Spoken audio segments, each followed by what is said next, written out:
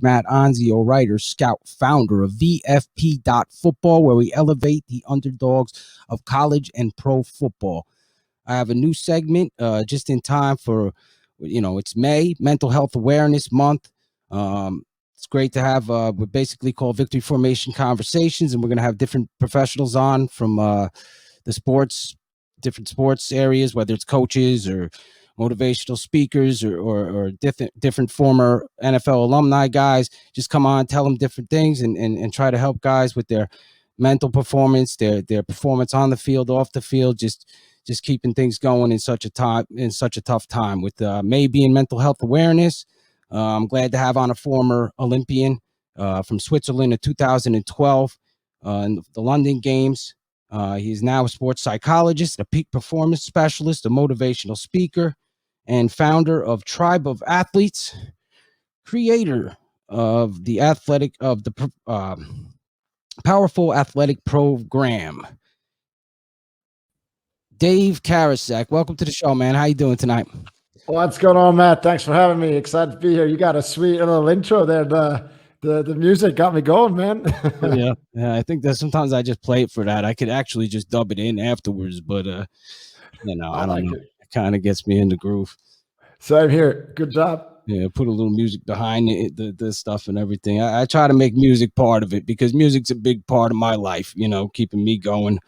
Whether you're working out or just hanging out, basically keeps you thinking. But so tell us a little bit about yourself, man. Let everybody know. I got a chance to look you up. I know, you grew up in Switzerland and you got into sports and swimming and worked your way to the Olympics. So when did you know tell us a little bit about growing up and how you got into swimming. Yeah, man. So, the apple doesn't fall far from the tree, I guess. My dad was a swimmer when he was younger, and my parents actually, they took me to a lot of different sports. So I have a brother who's 2 years younger and a sister who's 4 years younger, and that took us to different sports. But what happened to me was that in tennis, when I was losing, I was throwing around my racket. So I think they just thought it was safer if I, go swimming. And I really liked it, I have to say. And in 2008, from 2008 to 2012, I had the chance to come to America, to the University of Virginia. And that's when I really became a happy swimmer. That's when I really started enjoying, because you guys have in America the college system. I mean, it's fucking phenomenal, and that was like a dream come true for me. So yeah, I've seen the States. I miss the States. I'm a big fan. So you were in college when you first got into swimming?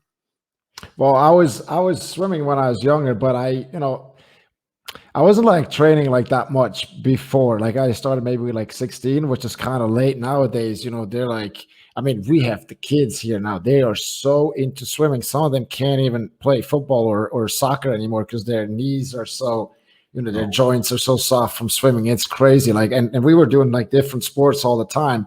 But yeah, when I was 19, I came to the States, and that was like a game changer, because for me, a light bulb went off that in America, it's all about the team. And in Switzerland, swimming was like an individual sport.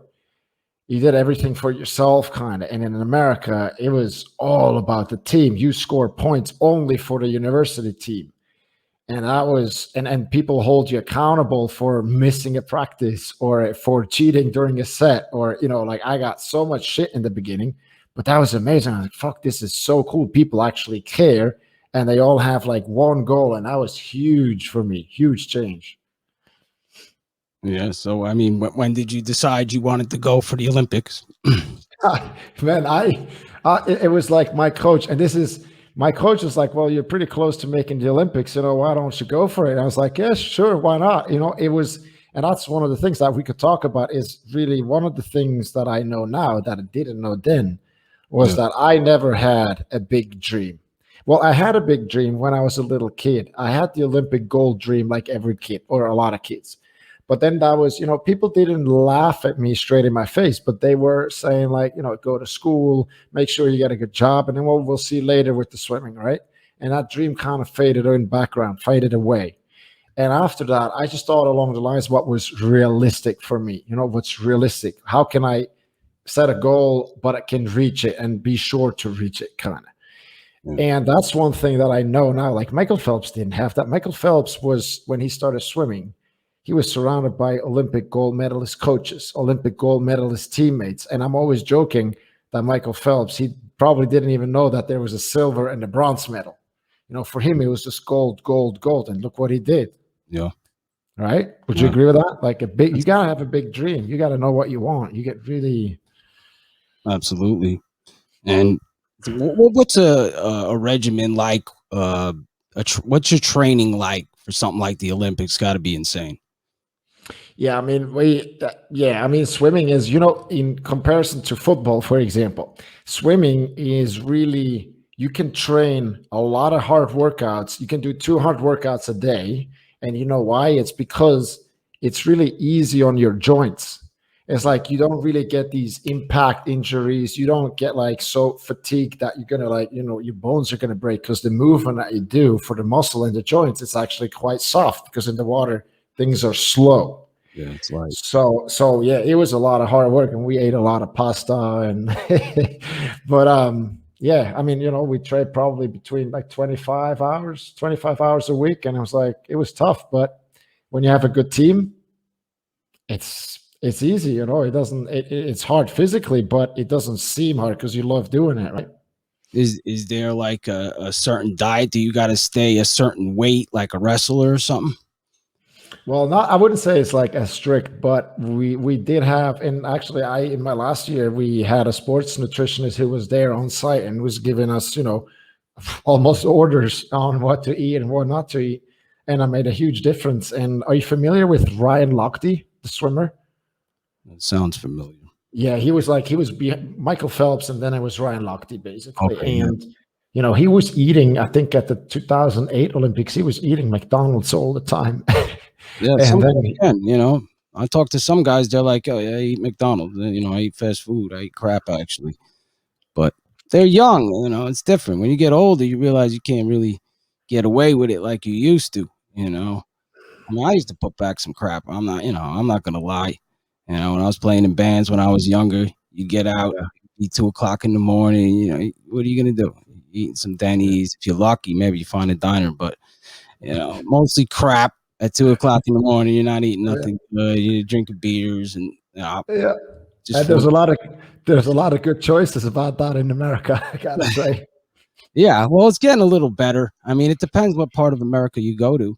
You go to the West Coast, they've been up on a lot of this healthy stuff for a long time. They've been doing the keto and they're doing the plant-based diets for many years. But you come over here, it's redneckville. It's still the same as it was back in the day, basically. But except the women, a lot of the women are starting to figure it out, I'm sure. But the men, they're a little slower to get around to it. But what's some stuff that you think is key to your nutrition, though? Man, I'm not a nutritional expert, but I do think that with the well, I just try to eat balanced. Like when they say fruit, just try to eat a lot of the colors, try to eat a lot of plants. And I think if you cook, or if I cook for myself, I kind of know what I put in there. And I know it's like not too much salt. It's not like there's hidden sugars and all that. So I'm not like, Minimum. Yeah, right. try to So get I'm not fresh like too ingredients. picky about it, but it's just, I see what I buy. And my girlfriend, she's a pro MMA fighter, which Oh is really wow. good because she eats well. She knows, and so I just like kind of tag along and learn from her as well. And yeah, that's pretty good, I have to say. If she's fighting, what is she fighting? The UFC? She's not in the UFC yet, no, but she's I mean, if anybody's listening to that. But she's fought in America already before, so in New York. But right now it's as you know, with the COVID, Yeah. it's really difficult to arrange the fights, and all the fighters are there, and it's a bit difficult times with a lot of sports, I'd say. Well, they just had that outdoor event or whatever. It was the first event they had full capacity, but it was outdoors. So it's going to be a while before you could get that amount of people in an arena again to see something like that. But yeah, so that's was actually a question I was going to ask you. Something you wish you knew before the Olympics that you knew now. Man. I know you learned a lot. You working with your team.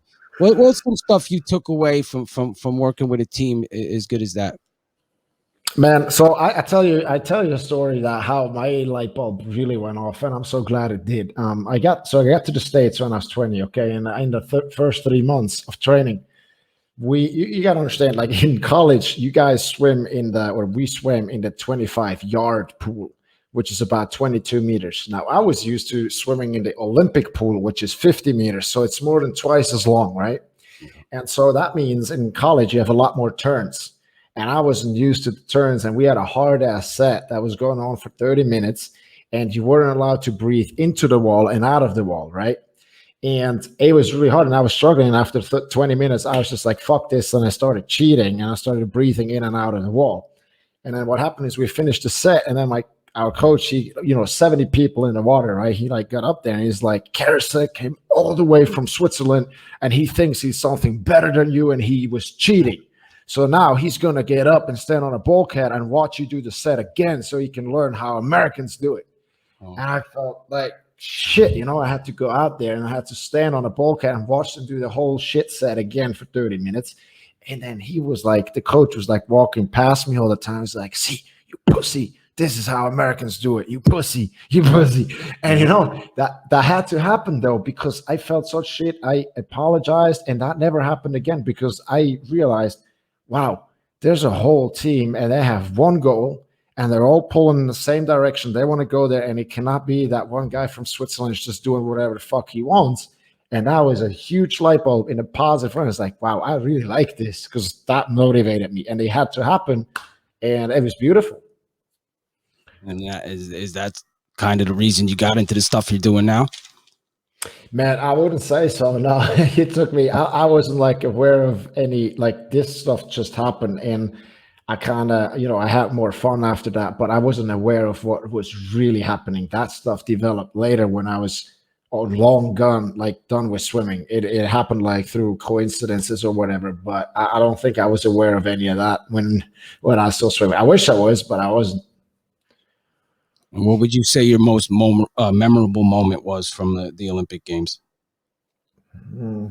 Yeah, it was like just walking out in the pool, because, man, Matt, there was 10,000 people in the pool, which is for a swimmer. I know for a football fan, it's not a lot, but for a swimmer, like when you were old, man, you couldn't like even see who was swimming, so that was huge, and it was amazing. And so that atmosphere, I remember that, just walking out, and I saw we had 2 tickets for my family, and it was my mother and my sister that were there with the Swiss flag, and I saw them just before I was basically racing, and that was really beautiful, and something that burned itself into, I don't know, wherever it's safe, but it's in there. Well, it's really cool stuff. I mean, sometimes just the pageantry, people don't realize what it's like. Whether they're coming out of that tunnel, or you're coming out into the pool, like you said, or even going out onto that stage, if they're a musician or an actor or something like that. What was it like transitioning from something like that and then coming back to the so-called normal life? Yeah. So for me, I actually think, now looking back, it was good that I made the move, but like looking back in swimming, I had the success. Okay. I didn't win a gold and all that, but still it felt successful. I mean, I swam well for Virginia. I got a lot of points there. I got a school record and all that. With the team, we were doing well. And then I was in the corporate world as a banker, and I couldn't really recreate that success, because all of a sudden it depended on a lot more, like on my boss, for example. I started to feel a little bit like a victim, and like, my boss had a good mood, was good for me. He had a bad mood, not good for me. If he decided on the bonus, how much bonus I got. And so I felt like I couldn't recreate that success. And, so the transition, it was good that I made it, because I mean, I was done swimming when I was back in Switzerland. I just didn't have the passion anymore, because it was different than in America. In America, I was a happy swimmer. In Switzerland, I was a bored swimmer. But then, the transition was, it was like the success wasn't like quite there, and I felt like something is off, and I was like not in a position, or I didn't realize that I have the power to change shit. I was just like feeling like a victim, which wasn't very empowering. Can you like relate to that? Like I was just absolutely. Yeah. When did you get into the sports psychology world? You got into it in Virginia, or was it after that? Yeah, it was after that. I was lucky. We had a sports psychologist, really good, Jim Bauman. He was the sports psychologist of Michael Phelps, and University of Virginia hired him, and I had the fortune to work with him in my last year, which was amazing. And I mean, my performance improved incredibly in that year.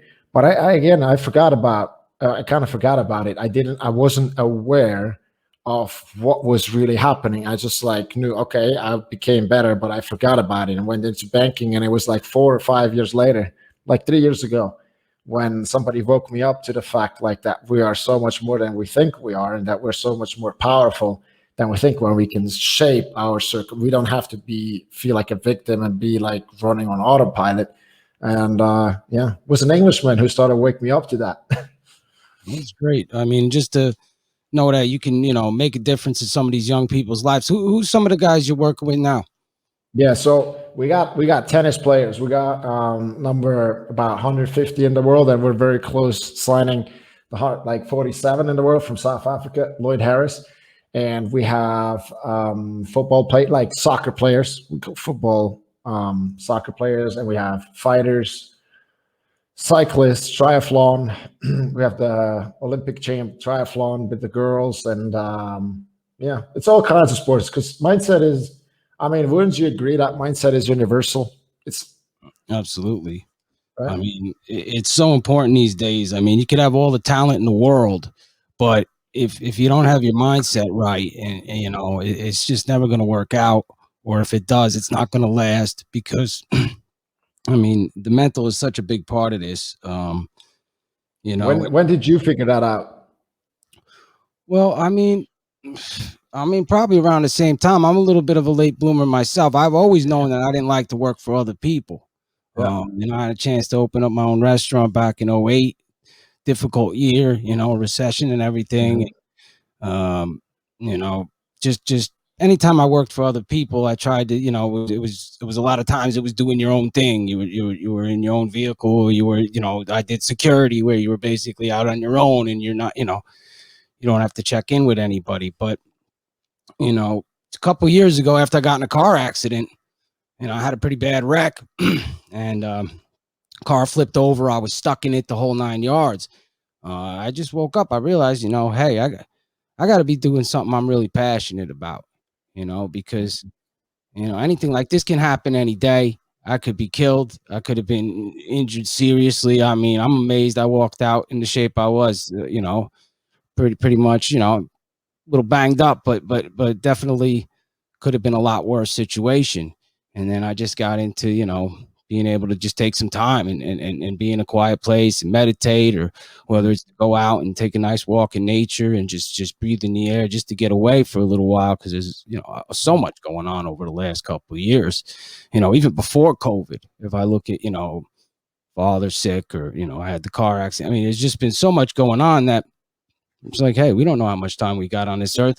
Let's do what we can. And when you could help some people at the same time, it's even more rewarding, because it's like, hey, I ain't making no football team right now. I'm not, you know, but I get to see these guys, and maybe to get the opportunity to live their dreams. And, to me, that's great. I had my chance. I was up there. I got to play on the stage, play music, and do a lot of great things. And I'm not saying my time is over by any means, but as far as competitive type of stuff like that, hey, I'm fine with these guys running out there and getting killed. To me, it's like, if I can help them just do what they love, I know what that's like, to be able to go out there and just lay it all on the line for something and forget about, the other crap that's going on in your life for a little while. And I think that's what sports does for all of us. Whether we're watching it or playing it, we just forget about the crap that's going on for a few hours, sit back. We got people from all different cultures tuned in, watching the same team, cheering for the same people. So um, it's just great, man. And it's a great thing. I definitely am fortunate to be able to do it at this time, to be able to take my creativity and the stuff I've learned along the way and put it to use like this, to give these guys a platform, definitely. And so, I mean, tell people a little bit about the what is that called? The tribe of athletes. Yeah, the tribe of athletes, man. I just, the most simple name ever. But what I've learned again, like I have two mentors, and one of them is like quite famous. Is like Bob Proctor. Have you heard of him? He's like Yeah, from The Secret. Yeah. yeah, So and I feel very confident about that. The knowledge that I'm sharing with my athletes is because it's not my knowledge. Let's not kid ourselves. It's not my knowledge, and it's the knowledge of people that have come before us, and they have given their entire lives basically studying the most successful business people, the most successful athletes, the most successful parents or artists. And what they found is, even though they come from all kinds of places in the world, they have different cultures, different views on how the world works. They have like two things in common, and that is they all have a big dream, so they know what they want. And the second thing is that they believe in themselves that they can have the dream before it has happened for them, right? So if you take the Wright brothers that invented flying, they believed that they could fly before we had airplanes. Michael Jordan, he had a dream to be the best basketball player in the world, and he believed he could be that before he won all the NBA championships. And so and I've started to apply these principles to myself, and first on the smaller scale, because I still didn't feel comfortable allowing myself to dream like this big, right? So it was a little bit big, but already much bigger than I was used to. And all of a sudden those things came true really quickly. And I'm like, damn, I don't like this stuff's work. Almost like a little creepy, but I was like so on the trajectory on the way up towards making those dreams come into reality, and they did come into reality. Are That I you started, doing different things like visualization, or are yeah, you doing like vision boards or dream yeah, boards or whatever they call them? yeah, man. Visualization, writing stuff down, going into the future, bringing it to the present, and I like what I just know to be true is that we have to use repetition, because a lot of people, it's like these principles that we teach, they're not difficult, they're not rocket science. You can teach that to a kid easy. No. But where most people fail is that they intellectually understand what's going on, but they haven't internalized it. And then it doesn't work for them, and they get confused because they understand it intellectually, but for some reason the results don't show it. And then they compare it to other people and say, oh, it works for him because he has longer legs, because he has better support, he has better coaches, instead of looking at themselves, taking self responsibility and saying, I just haven't internalized it yet. Because literally everything, like think about it in life, everything that we mastered, we learned it through repetition, Yeah. right? Practice and repetition. If you go to the gym once a month, nothing is going to happen. If you tune into your dream once a month, nothing is going to happen. But if you do it every day, different story. And that's what most people don't do. And the people that have the dream, that know what they want, really know what they want, they hang out with that dream all the time, and it's present, and that's how they've moved that idea into physical form. And that's the law of attraction. And how important do you think believing it is? Yeah, it's I think it's everything, because you have to be ready to receive. Like, you have to be ready, you have to believe that it can happen for you, and you have to be ready to receive the when the opportunity comes, when you meet that one person that can change your life or whatever. You have to be ready to receive it. Like when you wish for something, and when you tune into that all the time and you hang out with it, it will come, but you have to be ready. If you're not ready, if you don't believe it can happen for you, there's like a wall between you and what you really want, and then it can't come to you. So I think it's huge. And I mean, just look at what we're human beings are capable of. Like, there's no reason for you or me not to believe in ourselves. Like, there really isn't. We are capable of so much. And Yeah. that's why I always say the only difference between us and the people that we idolize is the mindset. Man, and in sports, you see, we all start as a baby. We all start the same. And then some people make it huge and others just don't make it. And it's all in the mind. Yeah, I know. Even great book, Napoleon Hill's Think and Grow Rich. It's a book that I put on quite. I mean, I've listened to it several times, audiobook, and Somebody talks about is just even rehearsing these things. If you're going into a meeting with somebody, or you got a good meeting with some clients, or in the case of this, maybe you got a meeting with some coaches or sports teams, and you're trying to get that big break. Just mentally rehearsing that in your brain, being able to go over those things. So, by the time you get to it, like this, what I do with the interviews is, by the time, I'll run through it. I really don't even need the paper that's in my hand right here, because I'll run through it a couple times before I jump on here talking to a guy. And I feel like I get to know him a lot better, and it doesn't come off. So it's like I rehearsed it. I went over it a bunch of times. So now it goes smooth. And now you might have that better opportunity to get that job, or to get that, big break. Yeah, man. And I think what you're saying is it's also cool that when you're coming prepared and you kind of know what end result you're looking for, like what kind of energy you want to bring, like how you want to inspire the listener, yourself, the guest, and everything. It's like you can be open to how it's going to happen, but you know what you want as an end result and how it's going to happen. You leave it open. You don't need to control it, because in the end of the day, we know so little of. And I like, one of the funny, this is actually a thing, I hope like you can relate to that. I have a tennis player, and one of his end results, it's a material one, but he wants to drive a Ferrari. He's from Italy. He wants to drive a Ferrari, and I asked him, so why don't you drive a Ferrari? And he said he doesn't have the money to buy a Ferrari. So in his mind, he's fixed on, he has to have the money, then he can buy a Ferrari, then he can drive the Ferrari, right? But I told him, I have a friend who's playing golf. He won a Porsche. And I have another friend, she's driving a beautiful Audi. It's not a Ferrari, but it's a really nice Audi because she's sponsored by Audi. So there's just two ways for you of how you could potentially get to be driving a Ferrari, right? And then there's like thousands of others that I don't know. That's just two ways.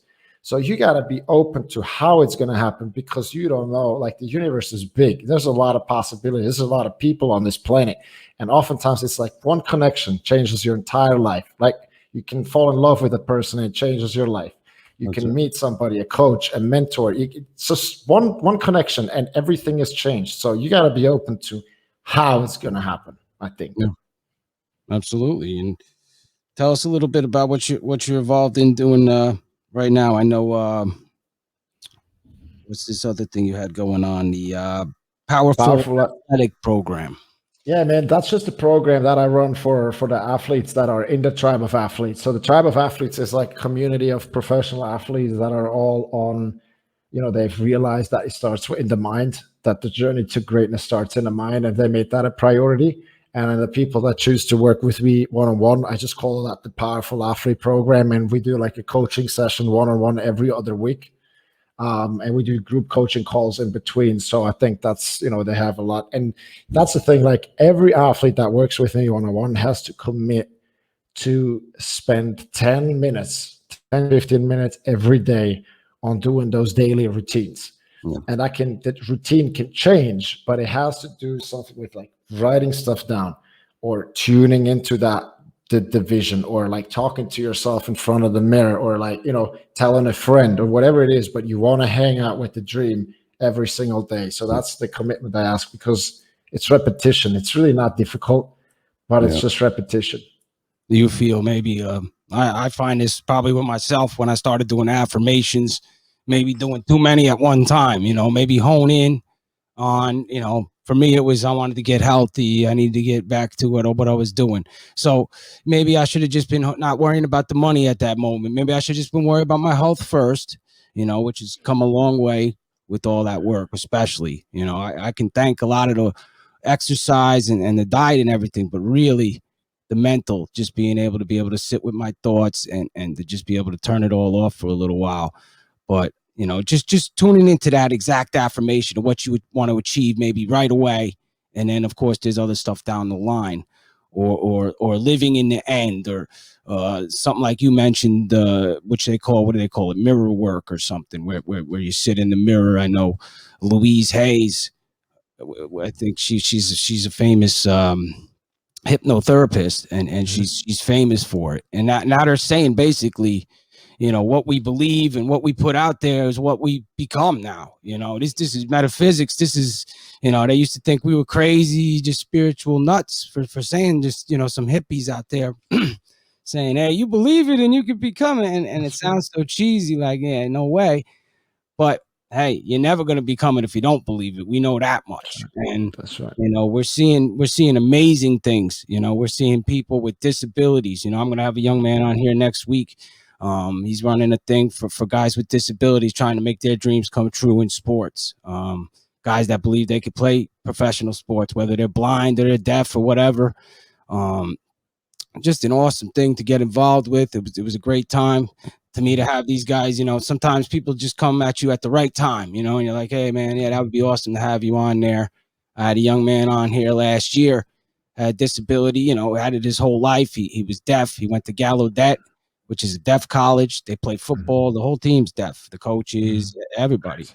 And now he's over in Poland playing professional ball. I mean, so Awesome. it's amazing, and you don't know what these guys could do. And like you said, repetition. These guys been doing something over and over again. They might not even need to hear or see, or they just know what's going on. They could just feel it. It's just muscle memory after a while. And you could Yeah. do the same thing with your brain, uh, Yeah, man. which is an amazing thing. Just keeping those good thoughts, just having good thoughts in your head all the time, and being able to say, oh, you know what, I'm sure that guy has his reasons for the way he is right now. Let me leave it there instead of dwelling on, oh, that guy, he's an asshole or whatever, just getting into it. It's like, I'm sure he's probably Yeah. going through some stuff right now. And to be able to look at it like that, that was something I could never do in my younger years. Me neither. I was riding up my ass with his car. He must be having a bad day. I wouldn't even have thought twice. I would have pulled over and started a problem, and Right. I'm so glad to not be there right now, even though Yeah. it's hard with the way things are nowadays. Everybody seems to kind of be on that edge. As I try to move more enlightened, I see a lot more people getting a little more falling asleep. But Well, it's tough. We let these situations. We can't let these situations dictate how we act. It's yeah. like, yeah, we all lost some money. The pandemic cost us money, cost us jobs. We lost people. We lost a lot of important things to us. But, that doesn't mean that we should go around treating each other like assholes for the rest of our lives because, for some of these people, this was the first real thing that's ever happened to them. You Yeah. know, I mean, Yeah. I'm fortunate enough there was all kinds of shit going on in my life early. So I didn't have to, I already went through some crazy, tragic type of situations at 8, 9 years old in my life. So this was not by far not the hardest year of my life. Not Mhm. by any means. I'd have to say it maybe financially it was one of the hardest years of my life, but Mhm. mentally I think this is one of the best years of my life because I got to sit back and during this time of quarantine instead of just sitting there and watching the news or watching Netflix or doing something unproductive, I had a chance to listen to all those audiobooks, to learn all the things that Mhm. maybe I was meant to learn all the time, but I was just running around too much to never learn them. Mhm. So Mhm. I mean, everything happens for a reason. Gave me time to be around family a lot more. You know, thank God they weren't in those situations with the nursing homes or the assisted living, and it really gave you a perspective on everything. And it's like, see, this is what I was trying to tell people the whole time. You throw away your elders in these places, and this is what happens. It's the same thing if you don't treat animals or nature properly, hey, we get sick from animals and nature. I mean, because Mhm. Mother Nature is going to be here, but Yeah. we're going to be here long after mankind. I That's can right. guarantee That's you that. right. And we Yeah. got to respect it. That's the bottom line. But tell people where they could find you online and where they could get some information about, if they want to hook up with you or learn more about any of your programs. Sure, man. The easiest is just a website is the tribeofathletes.com. The tribeofathletes.com. It's everything there. It's like I keep it super simple with like a couple links. It's really easy to find your way around there. Awesome, man. Oh,